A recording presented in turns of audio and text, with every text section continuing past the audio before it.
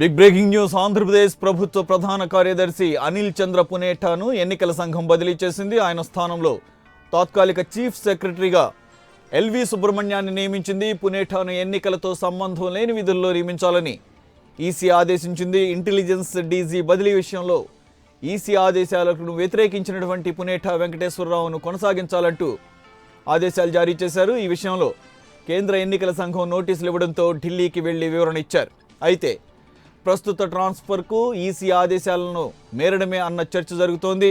మరోవైపు 1983 బ్యాచ్కి చెందినటువంటి సుబ్రహ్మణ్యం ప్రస్తుతం యూత్ సర్వీసెస్ స్పెషల్ చీఫ్ సెక్రటరీగా ఉన్నారు. రేపు ఉదయం 10:30 గంటలకు ఎల్వి బాధ్యతలు తీసుకోనున్నట్లుగా తెలుస్తోంది.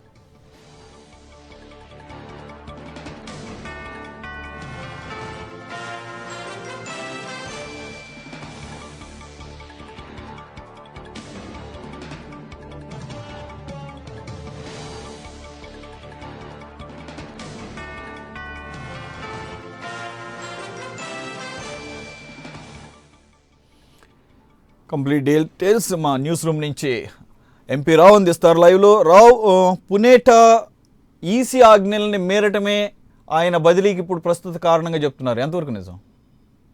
ఖచ్చితంగా ఇది ఈసీ చెప్పినటువంటి ఆదేశాలను పట్టించుకోకపోవడమే ఇది పునేఠా మీద వేటుకు కారణంగా మనం ఖచ్చితంగా చెప్పుకోవచ్చు. ఎందుకంటే ఇది మొదటి నుంచి కూడా అంటే గత 4 రోజులుగా ఇదే అంశము అధికార వర్గాల్లో కూడా తీవ్ర చర్చనీయాంశమైంది. సిఎస్ కూడా కేంద్ర ఎన్నికల సంఘం నోటీసులు జారీ చేసే అవకాశం ఉందనే చర్చ కూడా గత 5-6 రోజులుగా జరుగుతుంది. సో మొత్తం మనం వివరాల్లోకి వెళ్తే కేంద్ర ఎన్నికల సంఘం ఇటీవల 3 సీనియర్ పోలీస్ అధికారులను బదిలీ చేసింది. వారిలో ఒకరు ఇంటెలిజెన్స్ డీజీ ఏబీ వెంకటేశ్వరరావు, అలాగే శ్రీకాకుళం కడప జిల్లాల కలెక్టర్లు. ఈ 3 బదిలీలో కూడా ఈ బదిలీ వ్యవహారము రచ్చకెక్కింది. ఇంటెలిజెన్స్ డీజీ విషయంలో కేంద్ర ఎన్నికల సంఘం ఆదేశాలు జారీ చేసిన వెంటనే రాత్రికి రాత్రి సిఎస్ పునేత 3 అధికారులను కూడా బదిలీ చేస్తూ జీవో నెంబర్ 716 జీవోను విడుదల చేశారు. అయితే నెక్స్ట్ డే ఆ తర్వాత రోజు మాత్రం మొత్తం సీన్ అంతా కూడా రివర్స్ అయిపోయింది. సీఎం చంద్రబాబు నాయుడు కూడా సీన్లోకి ఎంటర్ అయ్యారు. అసలు ఇంటెలిజెన్స్ విభాగం అనేది కేంద్ర ఎన్నికల సంఘం పరిధిలోకి రాదు, ఎన్నికలతోటి ఎలాంటి సంబంధం లేదు కాబట్టి కావాలనే కేంద్రం కక్షపూరితంగా కేంద్ర ఎన్నికల సంఘం మీద ఒత్తిడి తీసుకొచ్చి ఇంటెలిజెన్స్ డీజీని బదిలీ చేసే విధంగా కూడా చర్యలు తీసుకుంది అని చెప్పి కూడా సీఎం చంద్రబాబు నాయుడు ఆరోపించారు. దీంతో కేంద్ర ఎన్నికల సంఘం మీద రాష్ట్ర ప్రభుత్వం హైకోర్టును కూడా ఆశ్రయించింది. అయితే హైకోర్టు కూడా కేంద్ర ఎన్నికల సంఘం విషయంలో మేము జోక్యం చేసుకోలేమని స్పష్టత ఇచ్చేయడంతో ముందుగా ఇచ్చినటువంటి జీవోను బదిలీ చేస్తూ అంటే ముందుగా ట్రాన్స్ఫర్ జీవో ఇచ్చారు సిఎస్ పునేత. ఆ తర్వాత చంద్రబాబు సీన్లోకి ఎంటర్ అయిన తర్వాత ఇంటెలిజెన్స్ డీజీ ఏబీ వెంకటేశ్వరరావు జీవోను బదిలీని నిలిపేస్తూ మరో జీవో ఇచ్చారు. ఆ తర్వాత 2 రోజులు మళ్ళీ కోర్టులో కేసు నడిచిన తర్వాత కోర్టు ఆదేశాలు జారీ చేసిన తర్వాత మరోసారి ఏబీ వెంకటేశ్వరరావుని బదిలీ చేస్తూ జీవో ఇచ్చారు. సో ఏవైతే మొత్తం 3 జీవోలను జారీ చేయడం మీద కేంద్ర ఎన్నికల సంఘం చాలా సీరియస్గా తీసుకుంది. కేంద్ర ఎన్నికల సంఘం ఇచ్చినటువంటి ఆదేశాలను పాటించాల్సినటువంటి బాధ్యత రాష్ట్రంలో ఎన్నికల ప్రధానాధికారి అట్ ద సేమ్ టైం రాష్ట్ర ప్రభుత్వ ప్రధాన కార్యదర్శి మీద కూడా ఉంటుంది. కానీ సిఈసి ఇచ్చినటువంటి ఆదేశాల విషయంలో ఈ రకంగా 3 జీవోలు జారీ చేయడము, తమ ఆదేశాలను బేఖాతరు చేశారనే విషయంలో సిఈసి కూడా చాలా ఆగ్రహం వ్యక్తం చేసింది. అప్పట్లోనే సిఎస్ పునేఠాను ఢిల్లీకి రావాలని పిలిపించి మరి ఈ విషయం మీద ఎక్స్ప్లెనేషన్ అడిగారు. అయితే కేవలం ఎక్స్ప్లెనేషన్ అడిగారు, వివరణ అడిగారు, దాంతో సరిపెట్టుకుంటారని అనుకుంటే సడన్గా ఈరోజు రాత్రి మరొక షాక్ ఇచ్చింది సిఈసి.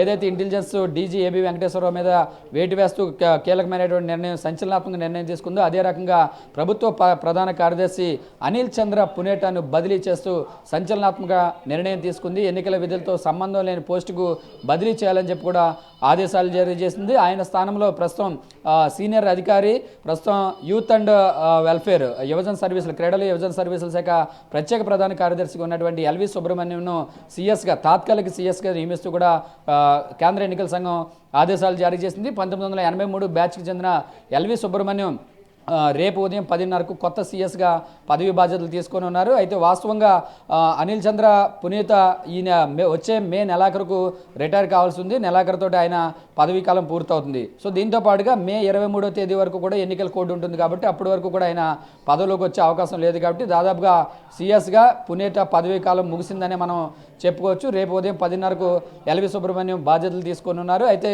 గతంలోనే ఎల్వి సుబ్రహ్మణ్యం బాధ్యతలు సిఎస్గా ప్రమోషన్ రావాల్సి ఉన్నప్పటికీ కూడా కూడా ఆయన మీద ఉన్నటువంటి కొన్ని కోర్టు కేసుల వల్ల గతంలో ఆయనకు సిఎస్గా ప్రమోషన్ ఇవ్వలేకపోయారు. ఎట్టకేలకు 83 బ్యాచ్కి చెందిన ఐఏఎస్ అధికారి, సీనియర్ ఐఏఎస్ అధికారి ఎల్వి సుబ్రహ్మణ్యంకు రాష్ట్ర ప్రభుత్వ ప్రధాన కార్యదర్శిగా బాధ్యతలు అప్పగిస్తూ కేంద్ర ఎన్నికల సంఘం నిర్ణయం తీసుకుంది. సో ఇక్కడ మనం ప్రధానంగా చూసినట్లయితే ఇంటెలిజెన్స్ డీజీ వ్యవహారంలో వైసీపీ ఇచ్చినటువంటి కంప్లైంట్ ఆధారంగానే ఇంటెలిజెన్స్ డీజీ మీద వేటు వేశారని చెప్పి కూడా తెలుగుదేశం ప్రభుత్వం ఆరోపించింది. కానీ ఇక్కడ సిఎస్ విషయంలో ఎలాంటి కంప్లైంట్స్ లేవు. కానీ తాము ఇచ్చినటువంటి ఆదేశాలు ఎందుకు పట్టించుకోలేదు, ఒక ఆర్డర్ జారీ చేస్తే ఆ విషయంలో 3 రకాల జీవోలు ఎందుకు ఇవ్వాల్సి వచ్చింది అని చెప్పి అదే రోజు వారం రోజుల క్రితమే సిఎస్ పునేటను ఢిల్లీ పిలిపించి వివరణ అడిగారు. ఆ వివరణతో సంతృప్తి చెందినటువంటి కేంద్ర ఎన్నికల సంఘం అకస్మాత్తుగా సిఎస్ పునేటా మీద బదిలీ వేటు వేసింది. సో మొత్తానికి దీని మీద సీఎం చంద్రబాబు నాయుడు కూడా విశాఖపట్నం సభలో స్పందించారు.